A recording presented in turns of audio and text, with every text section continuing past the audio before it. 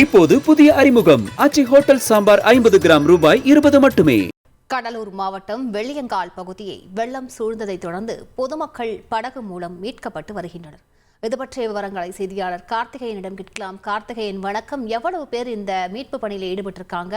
எவ்வளவு படகுகள் ஈடுபடுத்தப்பட்டிருக்கின்றன? இது தொடர்பாக பொதுமக்கள் என்ன தெரிவிக்கிறார்கள்? அங்கு வெள்ளம் எவ்வளவு தூரம் இருக்கிறது? நிலவரம் என்னவாக இருக்கிறது கார்த்திகேயன்? வணக்கம். கடலூர் மாவட்டம், அரியலூர் மாவட்டத்தில் கடந்த 2 தினங்களாக பெய்கின்ற கனமழை பெய்ததால் மழைநீரானது வீராணம் ஏரிக்கு செங்கல் ஓடை வழியாக வருகிறதுங்க. இதன் காரணமாக கடலூர் மாவட்டம் காட்டுமன்னார் கோவில் பகுதியில் உள்ள வீராணம் ஏரியிலிருந்து சுமார் வினாடிக்கு 22,804 கனஅடி தண்ணீர் வெளியேற்றப்படுவதால் வெள்ளியங்கால் ஓடை அருகில் உள்ள பகுதிகளில் வசிக்கும் பொதுமக்களின் வீடுகளில் தற்போது தண்ணீர் சூழ்ந்துள்ளது.